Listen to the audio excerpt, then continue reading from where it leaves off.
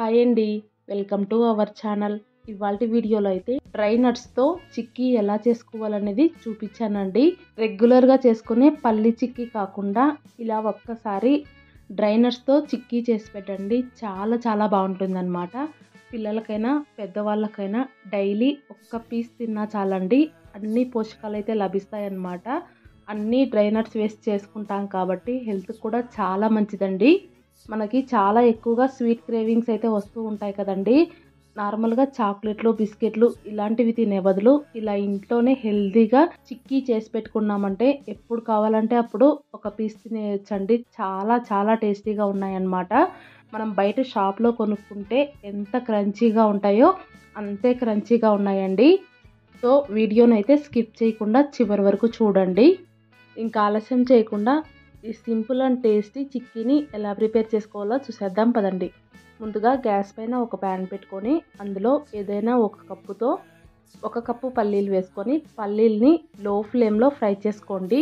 పల్లీల్ని ఖచ్చితంగా లో ఫ్లేమ్లోనే బాగా రంగు వచ్చేంత వరకు ఫ్రై చేసుకోవాలండి. అలా లో ఫ్లేమ్లో ఫ్రై చేసుకుంటేనే పప్పులు లోపల వరకు ఫ్రై అయిపోయి మంచి టేస్టీగా ఉంటాయి అన్నమాట. ఒక 5 నిమిషాల పాటు సిమ్లోనే ఫ్రై చేసుకున్నారంటే పల్లీలు అయితే మంచిగా ఫ్రై అయిపోతాయండి. ఇక్కడ చూపిస్తున్నాను కదా, పొట్టు కూడా ఈజీగా వచ్చేస్తుందండి. ఇలా పొట్టు వచ్చేసిందంటే పల్లీలు ఫ్రై అయిపోయినట్లు. ఇప్పుడు ఆ పల్లీల్ని సపరేట్గా ఒక ప్లేట్లో పెట్టేసుకోండి. ఇప్పుడు మళ్ళీ గ్యాస్ పైన అదే ప్యాన్ పెట్టుకొని 1 టేబుల్ స్పూన్ నెయ్యి వేసుకోండి. నెయ్యి వేడెక్కిన తర్వాత సన్నగా కట్ చేసి పెట్టుకున్న బాదం పప్పులు వేసుకొని వాటిని కూడా లో ఫ్లేమ్లోనే దోరగా ఫ్రై చేసుకోవాలి. బాదం పప్పుల్ని సన్నగా కట్ చేసుకున్నాం కాబట్టి తొందరగానే ఫ్రై అయిపోతాయండి. ఇప్పుడు అందులోనే 1 కప్పు నిండుగా అన్నీ కలిపిన సీడ్స్ అయితే వేసుకోవాలి. ఇక్కడ నేనైతే పంకిన్ సీడ్స్, అలాగే వాటర్ మిలాన్ సీడ్స్, అలాగే సన్ఫ్లవర్ సీడ్స్ అయితే తీసుకున్నానండి. అవి కూడా వేసుకున్న తర్వాత కొద్దిసేపు లో ఫ్లేమ్లోనే బాగా ఫ్రై చేసుకోవాలి. ఇలా నెయ్యిలో ఫ్రై చేసుకోవటం వల్ల క్రంచీగా అయిపోయి మనం చిక్కీ తినేటప్పుడు టేస్ట్ అయితే చాలా బాగుంటాయండి. ఇవి కూడా కొద్దిగా కలర్ చేంజ్ అయిపోయి ఫ్రై అయిపోయిన తర్వాత ఇప్పుడు అందులో ఒక పావు కప్పు మైన నువ్వులైతే వేసుకోవాలండి. నువ్వులు వేసుకున్న తర్వాత కొద్దిసేపు కలుపుకుంటూ ఫ్రై చేసుకున్నారంటే ఆ సెగకే నువ్వులు అయితే ఫ్రై అయిపోతాయి. సో నువ్వులు వేసిన అమ్మటే గ్యాస్ని అయితే ఆఫ్ చేసి కొద్దిసేపు కలుపుకుంటూ ఉండండి. తర్వాత వేయించుకున్న డ్రై ఫ్రూట్స్ అన్నింటినీ ఒక ప్లేట్లోకి తీసుకొని పెట్టుకోండి. అలాగే ముందుగా వేయించుకున్న పల్లీల్ని కూడా పొట్టు మొత్తం తీసేసి 2 దబ్బలుగా చేసుకొని పెట్టుకోండి. అన్నీ వేయించుకున్న తర్వాత ఇక్కడ నేనైతే అన్నీ ఒకసారి కొలుచుకుంటున్నానండి. వేయించుకున్న పల్లీలు 1 కప్పు, అలాగే మనం వేయించుకున్న డ్రై ఫ్రూట్స్ అన్నీ కలిపి కూడా 1 కప్పు, ఇంకొక పావు కప్పు వచ్చాయన్నమాట. దీన్ని బట్టి బెల్లం పొడి వేసుకుంటే సరిపోతుందండి.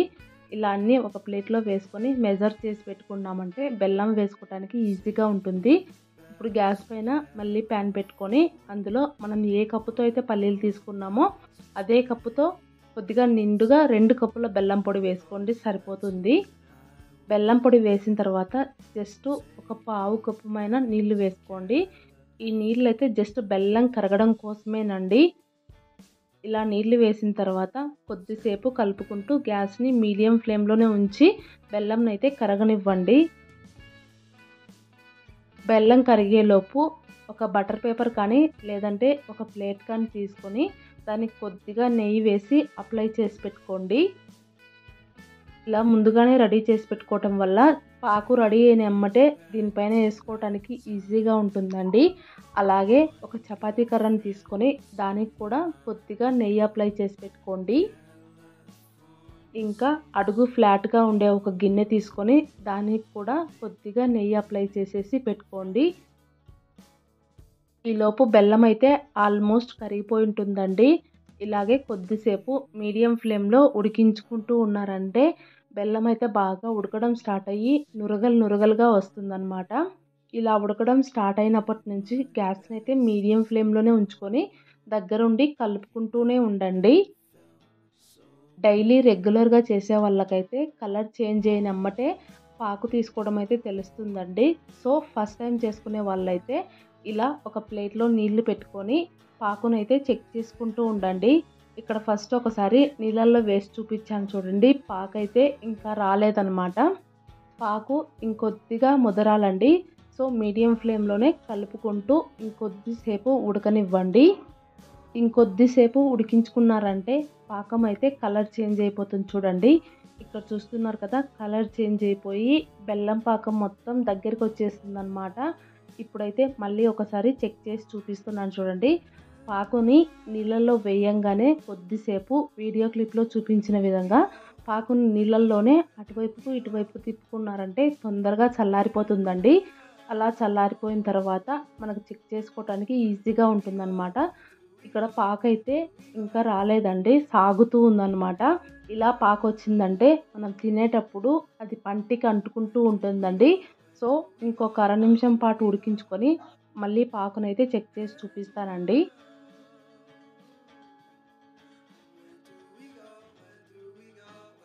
పాకుని నీళ్ళల్లో వేసుకునేటప్పుడే కొద్దిగా పొడవుగా వేసుకోండి. సో పాకు అయితే నీళ్ళలో తొందరగా చల్లారిపోతుందండి. నీళ్ళల్లో వేసుకున్న పాకుని అటువైపుకి ఇటువైపుకి కొద్దిసేపు తిప్పుకుంటూ ఉన్నారంటే అది చల్లారిపోయి గడ్డ మాదిరిగా అవుతుందండి. తర్వాత అలా గట్టిగా అయిపోయిన తర్వాత ప్లేట్కి సైడ్కి కొట్టి చూడండి. మీకు అప్పుడే అర్థమైపోతుంది, టంగ్ అనే సౌండ్ వస్తుంది. అలా సౌండ్ వచ్చిందంటే పర్ఫెక్ట్ పాకం వచ్చినట్లండి. ఇంకా క్లియర్గా చెప్పాలంటే పాకాన్ని ఇలా చేత్తో విరిచామంటే ఈజీగా విరిగిపోతుందండి. ఇలా విరిగిపోయిందంటే పర్ఫెక్ట్ పాకం వచ్చినట్లు. ఇలా పాకం వచ్చిన తర్వాత ఇప్పుడు అందులో ఒక టేబుల్ స్పూన్ నెయ్యి వేసుకోండి. నెయ్యి వేసుకోవటం వల్ల చిక్కీ అయితే మంచి షైనింగ్గా ఉంటుందన్నమాట. ఇలా నెయ్యి వేసుకొని కలుపుకున్న తర్వాత మనం వేయించి పెట్టుకున్న డ్రై ఫ్రూట్స్ అన్నీ వేసుకొని కలిపేసుకోవాలి. చిక్కీ చేసుకునేటప్పుడు గుర్తుపెట్టుకోవాల్సిన విషయం ఏంటంటే పాకును చెక్ చేసుకునే ప్రతిసారి కూడా గ్యాస్ని అయితే సిమ్లో పెట్టుకొని చెక్ చేసుకోవాలండి. అలాగే డ్రై నట్స్ వేసుకొని కలుపుకునేటప్పుడు కూడా సిమ్లో పెట్టేసుకొని కలిపేసుకోవాలి. ఇలా మొత్తం పాకు అంతా కూడా డ్రై నట్స్లో బాగా కలిసిపోవాలన్నమాట. మనకు ఇలా కలుపుకునేటప్పుడు పాకు అయితే లైట్గా తీగలుగా సాగుతుందండి. అలా సాగిందంటే మనం తీసిన పాకు పర్ఫెక్ట్గా వచ్చినట్లు. ఇప్పుడు ఇలా ప్రిపేర్ చేసి పెట్టుకున్న దాన్ని బటర్ పేపర్ పైకి షిఫ్ట్ చేసుకోవాలి. ఇంకా ఇప్పటి నుంచి చేసుకునే ప్రాసెస్ మొత్తం కొద్దిగా ఫాస్ట్గా చేసుకోవాలండి. బటర్ పేపర్ పైకి కానీ లేదంటే ప్లేట్ పైకి కానీ షిఫ్ట్ చేసిన తర్వాత గరిటెతోనే ఫస్ట్ మొత్తం ఈవెన్గా చేసేసుకోండి. తర్వాత మనం ముందుగా నెయ్యి రాసి పెట్టుకున్న గిన్నె ఉంది కదా, ఆ గిన్నెతో అంతా ఈవెన్గా వచ్చేలాగా స్లోగా ఇట్లా వీడియో క్లిప్లో చూపించిన విధంగా స్ప్రెడ్ చేయండి. ఇలా స్ప్రెడ్ చేయటం వల్ల మనకు చిక్కీ అనేది పల్చగా వస్తుందండి. ఇంకా చిక్కీ మొత్తం కూడా ఈవెన్గా వస్తుందన్నమాట. ఇలా కొద్దిసేపు మొత్తం గిన్నెతో స్ప్రెడ్ చేసుకున్న తర్వాత చిక్కీ పైన మళ్ళీ ఒక బటర్ పేపర్ వేసుకొని వీడియో క్లిప్లో చూపించిన విధంగా చపాతీ కర్రతో కొద్దిగా ఈవెన్గా అంతా పల్చగా ఒత్తేసుకోండి. ఇక్కడ ఎంత పల్చగా కావాలనేది మీ ఇష్టం అండి. నేనైతే ఈరోజు కొద్దిగా మందంగానే చేస్తున్నానండి. మీకు ఎంత పల్చగా కావాలంటే అంత పల్చగా ఒత్తేసుకోవచ్చు అన్నమాట. అలాగే ఇలా చపాతీ కర్రతో ఒత్తుకునేటప్పుడు ఇది గట్టిగా ప్రెస్ చేసి ఒత్తకండి. Just జెంటిల్గా అటువైపుకు ఇటువైపుకు spread చేసేయాలన్నమాట. ఇలా మొత్తం చిక్కీ షేప్లో చేసేసుకున్న తర్వాత ముందు నెయ్యి రాసి పెట్టుకున్న గిన్నెకి ఇంకొద్దిగా నెయ్యి రాసి పెట్టుకొని పైన చిక్కీ పైన కొద్దిగా అప్లై చేసేయండి. అలా అప్లై చేయటం వల్ల చిక్కీ అయితే కొద్దిగా షైనింగ్గా ఉంటుందండి.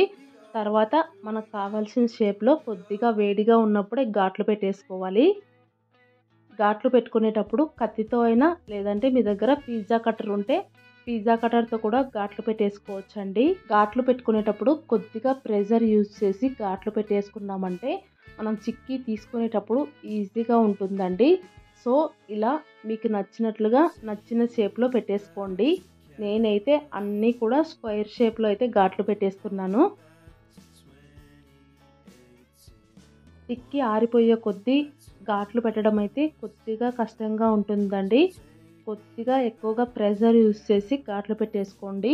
ఒకవేళ ఘాట్లు పెట్టుకోవడానికి కష్టంగా అనిపిస్తే కనుక ఇక్కడ వీడియో క్లిప్లో చూపిస్తున్నాను చూడండి. అలా కత్తి పెట్టి చపాతీ కర్రతో కత్తి పైన కొడుతూ ఉన్నామంటే ఘాట్లు అయితే ఈజీగా పడిపోతాయండి. ఇలా కూడా చేసుకోవచ్చు అన్నమాట. సో ఇలా అన్ని ఘాట్లు పెట్టేసుకున్న తర్వాత కొద్దిసేపు అయితే చిక్కీని బాగా చల్లారనివ్వండి. అంతా కూడా బాగా చల్లారిన తర్వాత చిక్కీని డీమౌల్డ్ చేసుకోవడం కోసం ఒక ప్లేట్లోకి రివర్స్లో వేసేసి అడుగున ఉండే బటర్ పేపర్ని నెమ్మదిగా తీసేయాలండి. ఒకవేళ మీరు ప్లేట్లో వేసుకున్నట్లయితే ఒకవైపు నుంచి కత్తితో నెమ్మదిగా తీసుకుంటూ వస్తున్నారంటే చిక్కీ అయితే ఈజీగా వచ్చేస్తుందండి. ప్లేట్ కంటే కూడా బటర్ పేపర్లో అయితే ఈజీగా ఇంకా షైనింగ్గా కూడా వస్తుందండి. చూసారు కదా చిక్కీ ఎంత బాగా వచ్చిందో. సో ఇలా బటర్ పేపర్ తీసేసిన తర్వాత కొద్దిసేపు అయితే చల్లారనివ్వండి. నేనైతే కొద్దిగా మందంగా చేసుకున్నాను కాబట్టి చల్లారడానికైతే ఎక్కువగా టైం పట్టిందండి. మనం చేసుకునే థిక్నెస్ని బట్టి కూడా అది చల్లారడానికి టైం పడుతుందన్నమాట. పూర్తిగా చల్లారిన తర్వాత మనం ఎక్కడైతే ఘాట్లు పెట్టుకున్నామో అక్కడ విరుచుకుంటూ వస్తున్నామంటే అది మనం ఏ షేప్లో ఘాట్లు పెట్టుకున్నామో ఆ షేప్లో అయితే విరిగిపోతుందండి. చూసారు కదండి చిక్కీ అయితే ఎంత బాగా వచ్చిందో. టేస్ట్ కూడా చాలా చాలా బాగుందండి. మీరు కూడా ఒకసారి ఇలా డ్రై నట్స్తో చిక్కీ ట్రై చేసి చూడండి. చాలా చాలా బాగుందన్నమాట. మీరు కనుక ట్రై చేస్తే మీకు ఎలా కుదిరిందనేది కామెంట్ చేయడం మాత్రం మర్చిపోవద్దండి. చిక్కీ చూడండి సేమ్ మనం బయట షాప్లో కొనుక్కుంటే ఎలా వస్తుందో అలాగే వచ్చిందనమాట. మనం చిక్కీ చేసుకున్నప్పుడు అన్ని పీసులు కూడా కరెక్ట్గా ఒకటే సైజులో ఉండాలంటే కనుక కొద్దిగా పెద్ద సైజులో ఉండే వాటిని ఇలా అన్నింటినీ నీట్గా కట్ చేసేసుకోండి. ఇలా కట్ చేసుకోవడం వల్ల చూడడానికైతే చాలా బాగుంటుందండి. చూసారు కదండి చిక్కీ ఎంత బాగా వచ్చిందో. క్రిస్పీగా చాలా చాలా బాగుందన్నమాట. తింటుంటే కరకరలాడుతూ చాలా బాగుందండి. మీరు కూడా ఒకసారి ట్రై చేయండి. పిల్లోళ్ళకి చాక్లెట్లు బిస్కెట్లు ఇలాంటివి కొనిచ్చే బదులు ఇలా ఇంట్లోనే హెల్తీగా డ్రై నట్స్తో చిక్కీ చేసి పెట్టండి. చాలా చాలా హెల్తీ అన్నమాట. మీరు కూడా ట్రై చేసి మీకు ఎలా కుదిరిందనేది మీ ఫీడ్బ్యాక్ని నాకు కామెంట్ సెక్షన్ రూపంలో తెలియజేయండి. అలాగే ఈ వీడియో మీకు నచ్చినట్లయితే ప్లీజ్ లైక్ చేయండి. మీ ఫ్రెండ్స్ అండ్ ఫ్యామిలీ మెంబర్స్తో షేర్ చేయండి. అలాగే కొత్తగా ఎవరైనా ఛానల్ని చూస్తున్నట్లయితే సబ్స్క్రైబ్ చేసుకోండి. Thank you.